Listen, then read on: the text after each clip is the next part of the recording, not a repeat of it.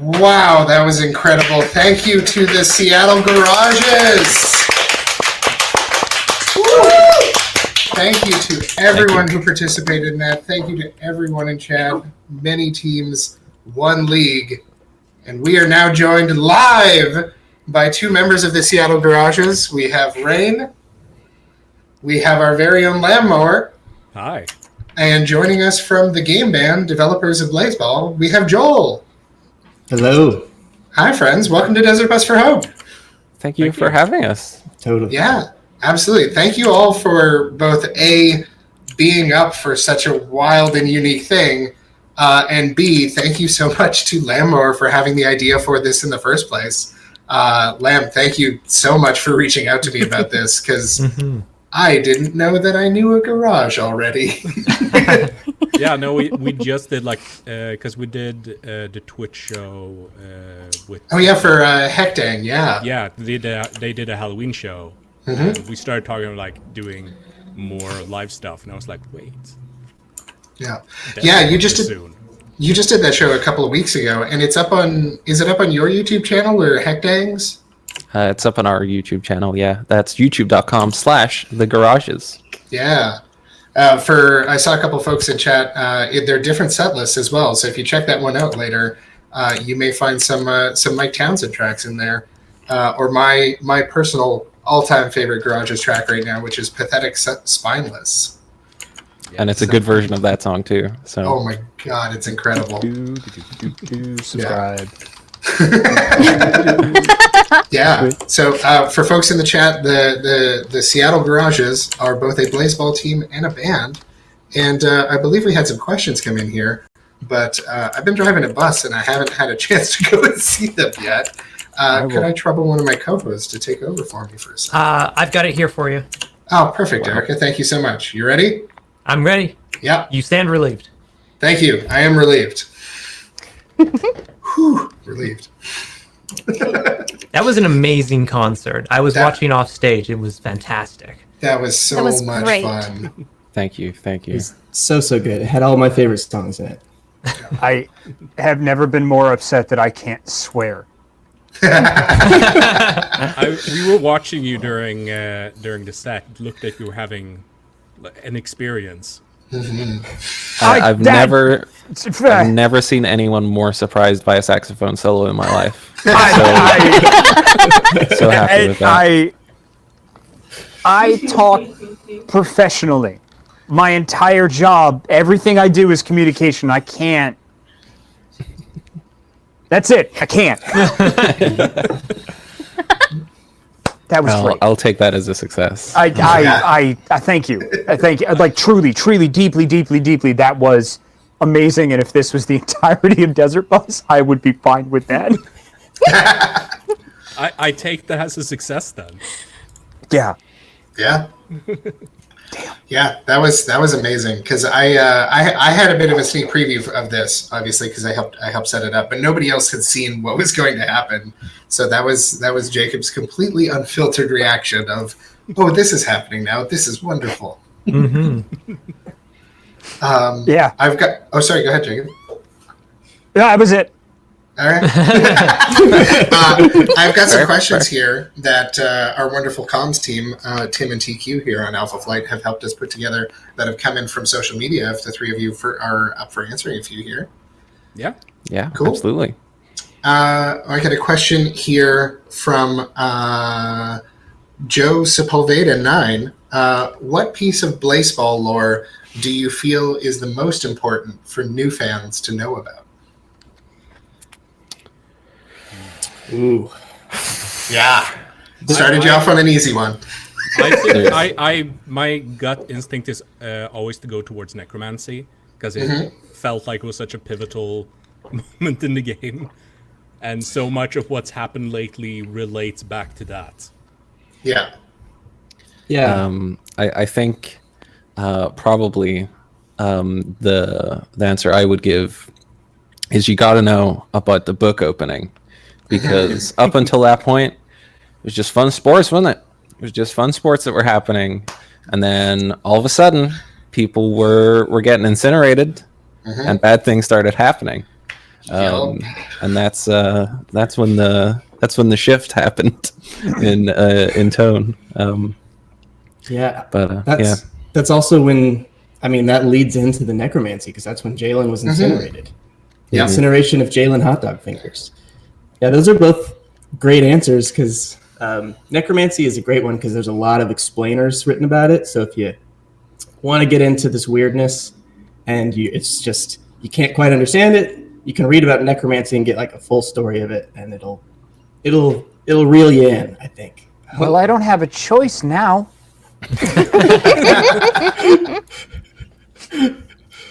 Great, yeah, we'll send you all the explainers, and it's required reading. yes. I love you. That's your homework. Wait, Yeah, I can't give homework.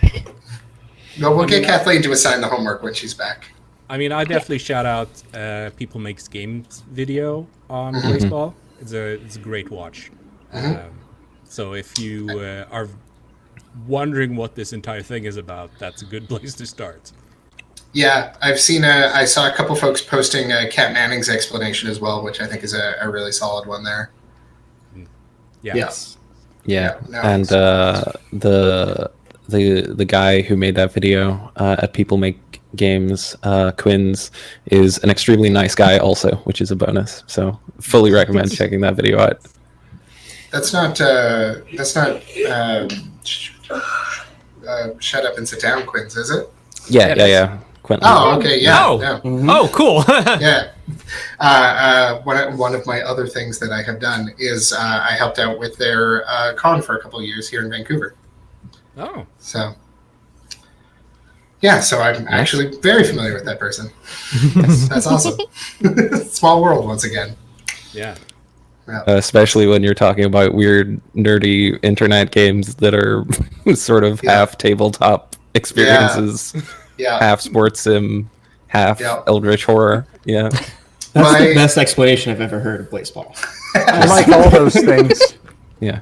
And the most important part is that adds up to 3 halves of something, and that really does. I feel like speak to how much there is in baseball. Yes, baseball is absolutely a whole with 3 halves. Yeah, we're pushing on 4 at this point. I think maybe. Yeah, I think so. I think that's true. Another one of those small world connections is that one of your coworkers, Joel Felix, used to be one of the folks running Desert Bus for Hope as well. Yes. Which I found out 2 days ago. So that's awesome. Yeah, it's really cool. I got another question for you here. This one is I think Rain. I'm going to get you to take the lead on here. This is from Brave Pixel. The question verbatim is, how many songs do you get sent to you for every album the Garages make? But I don't know if that's actually how your creative process works. Can you talk a little bit about how a Garages album comes together? Yeah, I can. Basically, we put out the call for an album, whether it has a theme or not. We sort of nail that down, and then people go off and write songs. Historically, that has mostly been people going off and writing entire songs and just submitting them. But as we've started to get the knack for it, more and more songs have many people on them. We put out on Friday, I think, Blattle of the Blands, which is the multi-team entire Baseball League collab album. So it's not just the Garages. Yeah. And that has 40 tracks on it from most of the league. Not every team got something in, but pretty much everyone did. And you can listen to all 2 hours and 3 minutes of that album on our YouTube channel as well. Mostly it's people just sending me full tracks, and I give them a thumbs up. I don't think, and I hope I'm being truthful here, I have never turned down a song. There is no song I've said no to, because people are very talented and always send cool stuff. I think the most I've done is say, hold on, we're going to hang on to that track. We need to keep that track for something else. Yeah. the amount of tracks I am being sent is only increasing, so that's very exciting and very scary. So you might start seeing albums being released in parts 1, 2, and 3 very shortly. You mentioned songs that are sent to you like almost like solo that are kind of developed and then sent in. Lamb, your track there, Ashes, was that or was that one that you collaborated with someone on? That was entirely me originally. But we have found, especially now when we've done the live stuff, that collaboration is very fun, and you get a lot of ideas that normally wouldn't happen when you're just working alone. But yeah, that track was originally developed and written entirely by myself and mixed and sent in. That's awesome. Yeah. This isn't a question from chat. This is just one that I'm curious about. Joel, since you're one of the developers for Blazeball itself, and not maybe not a member of the Garages, I should have checked on that. What was your experience when you first found out about the Garages? Like, did they send links to you, or was this just sort of came up in the Discord and you're like, wait a minute, what's that? Yeah, it just at first it just came up in the Discord. I want to stress that I'm technically here as a member of the game band, but I'm really here as just a fan of the Garages. That's why I'm here. Yeah. While I am an enormous fan of the Garages, I do need to let folks know whose kicks, because these are my kicks. I'm going to stand 2 teams. You had them ready. I had them ready. Yeah, no. So I remember the first song. I used to be on the Discord all the time, just 24/7, because there was only a few people on it. And I remember seeing About a Squirrel, like an original demo. It was just a cover of a Nirvana song. I saw that pop up on linked on there, and I listened to that and just realized that like people were going to start writing music about Blazeball, and it was so raw. Like it actually was a very emotional experience for me and for us at the game band to just start listening to this stuff. And then I think shortly after that they put a bunch of demos onto, what was the first release? What was it? We Are the Garages Volume 1. Yeah. Yes. An album which I shouldn't mention, there has not been a Volume 2 for us. And you've released soon, maybe. 12, 13, 14. 14 albums. Yep. Yeah, and then how quickly after that was I have to like remind myself the names. The Garages Kill the Gods. That was my first one. Was like the next week, maybe. Yeah. Yeah. It was a quick turnaround on that one. Yeah. No, I got into Blazeball quite early on, but I was in the Discord, but I got a little busy. So it was once that album came out that somebody shared it with me, and I was like, hang on, what's going on here? Oh, this is neat. This is a fun little extra thing. And then I just found myself continually coming back to that album. I was just like, oh, okay, this is just the music I listen to now. This is wonderful. Yeah.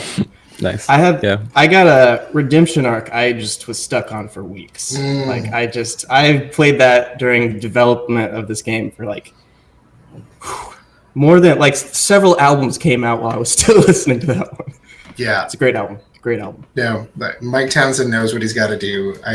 Definitely made me tear up the first time and several other times that I've listened to it, because I have gone all the way in. It's one that gets people for sure. People, I've got a lot of people say that song gets them. So yeah, you're not alone on that one. You released that song like, sorry, I don't want to derail the questions. No, please continue. But that when that event happened, like that was the necromancy, and Mike Townsend was sent into the shadows. Yeah, and you released that song like hours later. Yeah, that was like that happened, and then 4 hours later, the song existed, kind of thing. Yeah. Oh boy. It was. Well, the thing was, for people who don't know, Mike Townsend Knows What He's Got to Do is the third song of a trilogy of songs. So there's Mike Townsend is a disappointment about how bad he is at sports. There's Mike Townsend is a credit to the team. which is when he got better at sports. But whenever the situation happened with Mike Townsend, with the heroic sacrifice that was made, there was no way I couldn't just like immediately just run and be like, all right, Mike Townsend needs a third and final song. But now there's 4 songs in the Mike Townsend trilogy, so 4 halves. yeah, 4 halves. Continues growing. I've never been more delighted to not know what's going on. Yeah. Is there an elevator pitch for how one plays your game? Or is the elevator pitch like it goes up 1,000 stories and ends up at the floor? There's a million elevator pitches, all of them correct. No, but okay. The basic one I give is I'm satisfied with that answer if you just want that to be the answer. Truly. yeah. If you threw out a description, it would probably be accurate to Blazeball. Okay. Yeah. It's fantastic. So, a wheel of cheese conquers Norway. Wonderful. Yeah, Yeah. it's a I can stretch, get there. but yeah. Yeah. All right. Well, this is it. There's my life. It's gone now. Goodbye. Goodbye. Yeah. I have another question here for the garages. Actually, just before I do, I know it was at the end of the video, but it went by a little quick there. Just to make sure that some of our fans in the audience are aware, where can folks find your music online? Well, I'm glad you mentioned this because I was going to bring it up. Yeah. That live set is now currently available on our Bandcamp at thegarages.bandcamp.com. And you can either purchase the album itself or you can purchase the album art on a t-shirt. And all of the proceeds, we're going to total everything up and donate it at the end of the week.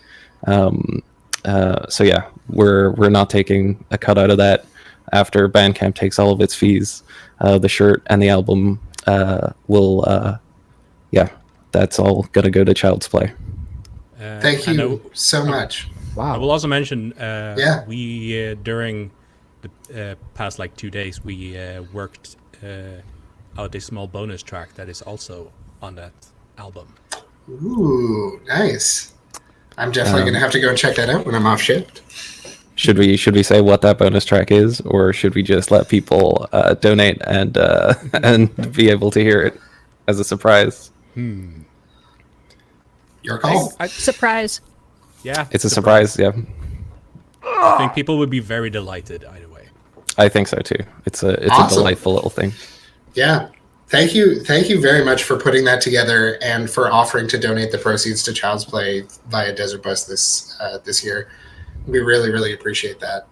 No, absolutely. And we did have $200 ready to go, but then my phone has been blowing up just this whole stream. So who knows what it's going to be in the end. That was my phone at the end of the art challenge for Alpha Flight yesterday with all of those entries coming in for the Alpha Flight Pokemon. My phone just vibrated off the desk. Yeah, just overheats to death. Yeah. Actually, while I'm doing a little bit of housekeeping here, just real quick, I want to remind our viewers that we still have a donation drive going for $6.20. It is for the D&D core rulebooks and Eberron with the custom covers. Those are the custom alternate covers by Hydro74, and this was generously donated to us by Wizards of the Coast. Any donation of $6.20 that is entered right now until 3 p.m. Will be entered to win this. Mm-hmm. If you enjoyed the Garages concerts, you're able to head on over to their Bandcamp and chip in a couple bucks there, chip in a couple bucks to Desert Bus via that, but you can also just donate $6.20 here to say thanks for the show and maybe win something. Yeah. If you are going to do that and you have come over to see the garages, make sure you go to desertbus.org and create a donor account. Yes, that way, if you happen to be one of the lucky people who wins this giveaway, we have your shipping information and get that sent out to you right away. Mm-hmm. And now, after many side trips, let's go back to that question that I got that came in from Wave Ridden. which is a question of who are some of your inspirations for music and or storytelling? What is it about Blazeball that inspires you to create music? Well, yeah, It's a bit. I'm throwing you easy questions here. Yeah, softballs. No, when it comes to music, I've always been like a huge prog rock fan.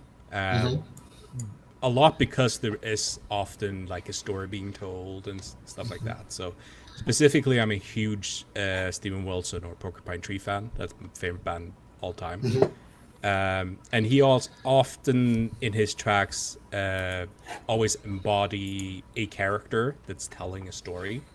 And that's often how I want to write as well. Like kind of just creating a protagonist and singing through them. Yeah, that character as avatar kind of thing. Yeah, exactly. Yeah. When it comes to like inspirations, like I think Blazeball is just kind of a like writing prompt generator. That's the thing for me that I love about it is how much of the game itself is a conversation between the developers and the fans creating work together. Yeah. I think for my personal music influences, they're so wild and varied. And I think doing stuff with the garages has made it less pressure to not do the goofiest possible thing or do the most extreme version of any given idea. Yeah. So, I've like a couple of tracks are very like specifically inspired by particular bands or particular songs even. Like one of the Mike Townsend songs is like, straight up, what if I just did a Weezer song? Like, what if I just did one of those about this sports player? Yeah, exactly. Like Ashes was very much me going, I'm going to make value brand Porcupine Tree. Yeah. But that's kind of fun, and you can kind of get away with it because there is like something tying it all together. And that's something that I really like about music. I like when songs have callbacks. I like when things are quoted between songs. And this has been an absolute delight to be able to do that, to like write lines in songs, in album 2 and then bring them back around for album 11 or whatever. So it's all stuff that I have loved doing because there is such a sweet degree of freedom to it all. That's awesome. I think one of our band members you saw in the set, Mother Love Blown, wrote an article that got featured on Bandcamp. Was it this week? I think it was this week. But she described us as basically a rock opera that like just continues going. Like our entire discography is just a rock opera. Yeah. Oh, I like that. I like that explanation a lot. I saw that you got featured on Bandcamp Daily just a couple days ago, but I was already very much heads down in bus mode, so I haven't had a chance to read it yet. Someone in chat, I didn't grab the name, sorry, was like, I couldn't tell that you like callbacks from the repeated use of the in the feedback riff. Yeah. Which if you know what you're looking out for, that guitar solo has appeared many times. So, I love catching the little themes popping up back and forth in different places. It's great. Yeah, and it's been really nice because that riff has also showed up on one of the other teams' gas tracks on Plattle of the Blands, which I thought was dope. I don't know if it's deliberate or if it's just a similar little riff, but I'm choosing to think it's it's deliberate because it slaps. Yeah, why not? Coming into. Oh, I'm sorry. Excuse me. Go ahead, Andrew. I was going to say, please go ahead, Jacob, before I take us to something else here. Coming into this from I knew Blazeball was a thing. I've had people be like, Jacob, you should absolutely get into this, or you should never get into this because then you're dead. I could see the care with which this was put together. The word, like, you can tell when there is good word choice. I do narrative design and voiceover and stuff like that, and I love stories and continuity, and like I've got a freaking Vampire the Masquerade shirt on. The way that you put everything together, it's just, you could feel the amount of care that you had and how much you're invested in this. Like, it absolutely showed and was amazing. Yeah. Well, thank you. I do hold a great deal of, I don't want to say reverence, but the source material, the actual game, I do love quite a lot. And I think the additions that they have made to the story have just been perfect, continuous fodder for creating, what I think are genuinely quite touching songs and moments. I personally had a cry to a song called "Between Violences" because we got cassette tapes of that album made, and I was just listening to it on the cassette through the little speakers, and it was all warbly and lo-fi. And I was reading someone say very kind things about what Blazeball had meant to them over the past few months, and it got me absolutely wrecked. As somebody who writes on shared universes, you can absolutely tell how much you give a bus. I hate that I can't swear. Yeah, we didn't warn you about that, so. Jumping back a little bit, you mentioned that there was something that popped by during chat. There was something that popped by during chat that I saw as well that stuck in my mind, which was a bit of a question for Joel here from Bob the Ninja Goldfish, wondering how far in advance does the team sort of plan events / do y'all plan events? Because I know you're on siesta right now, right? Mm-hmm. Yeah. So we're getting a good break now and getting to plan a lot more ahead. I'll say when we launched, we really were just laying down the train track right in front of us, right in front of the train. Well, this was a quarantine project, right? Like this was something that y'all were doing between games, wasn't it?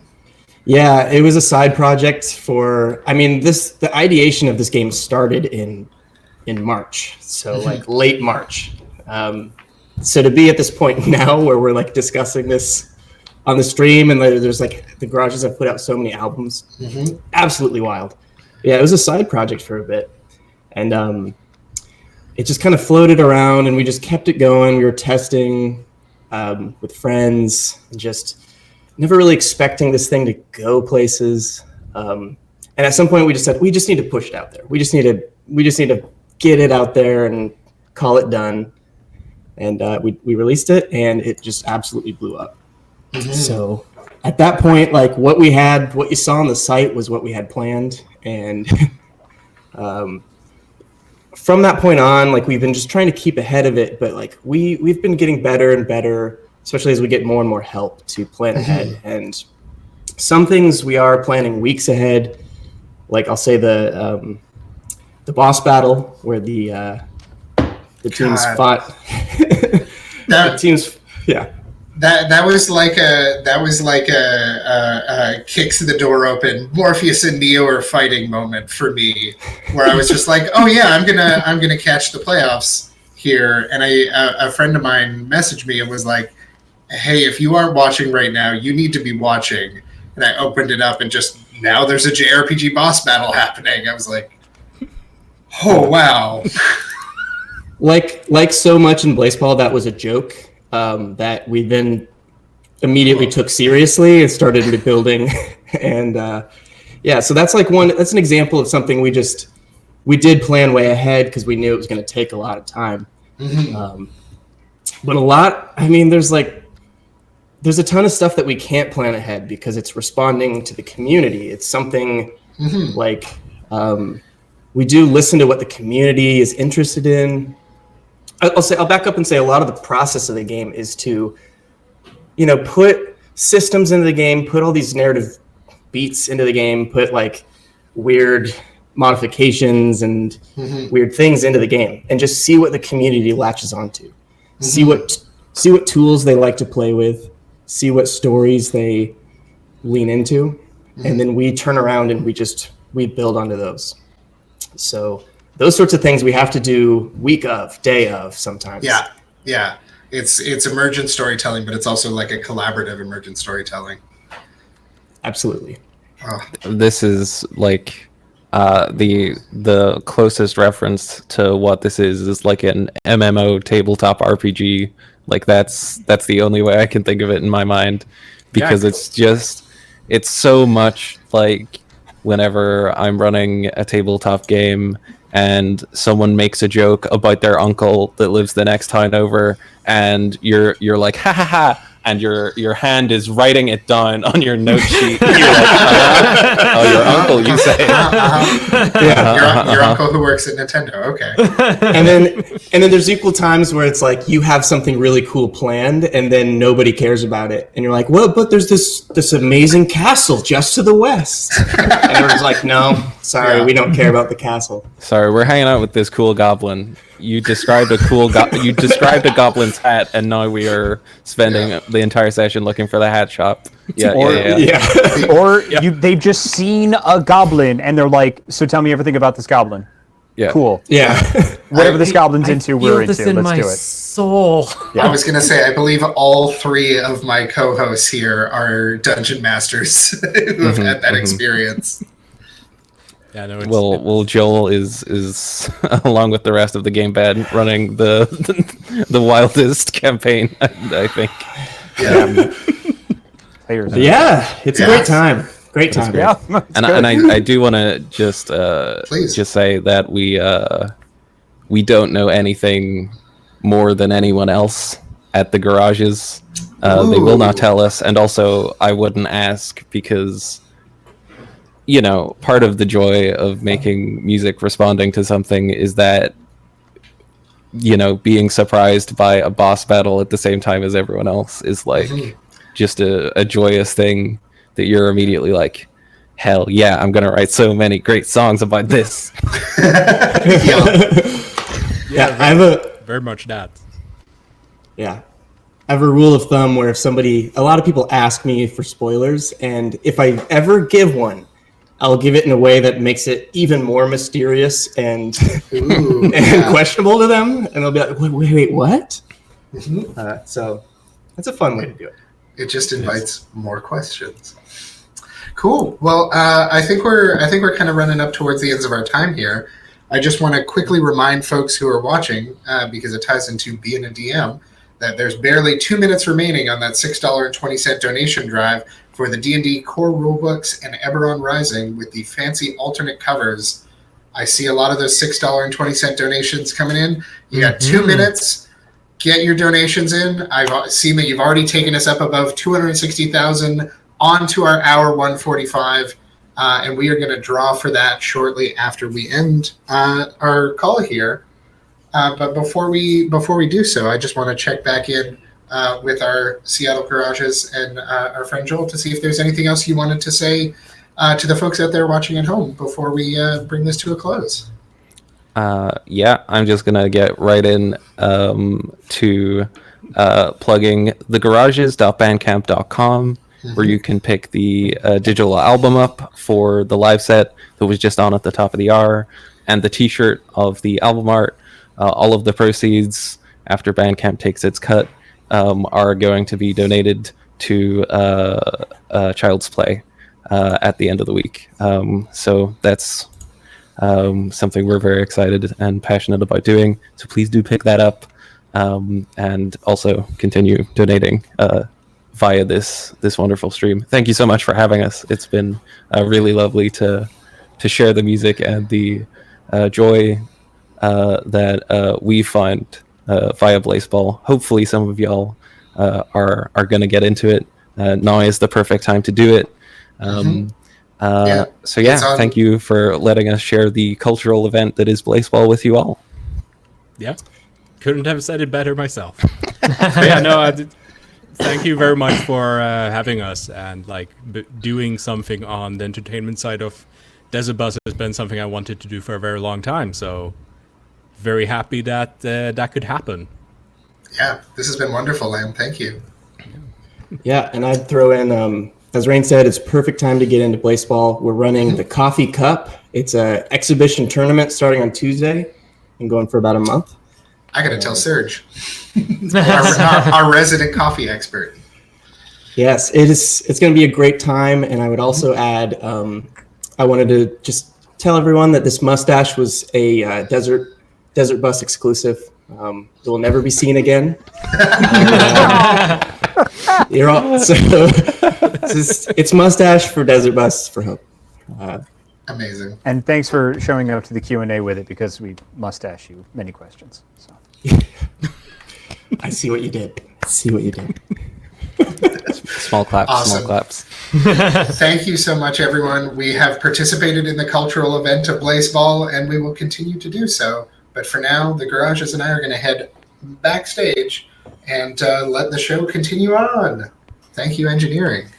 Cheerio. Farewell. Bye. Bye. Thank you for joining us. Thank you very much. Thanks for having us. That was so delightful. That was was That was amazing. so cool.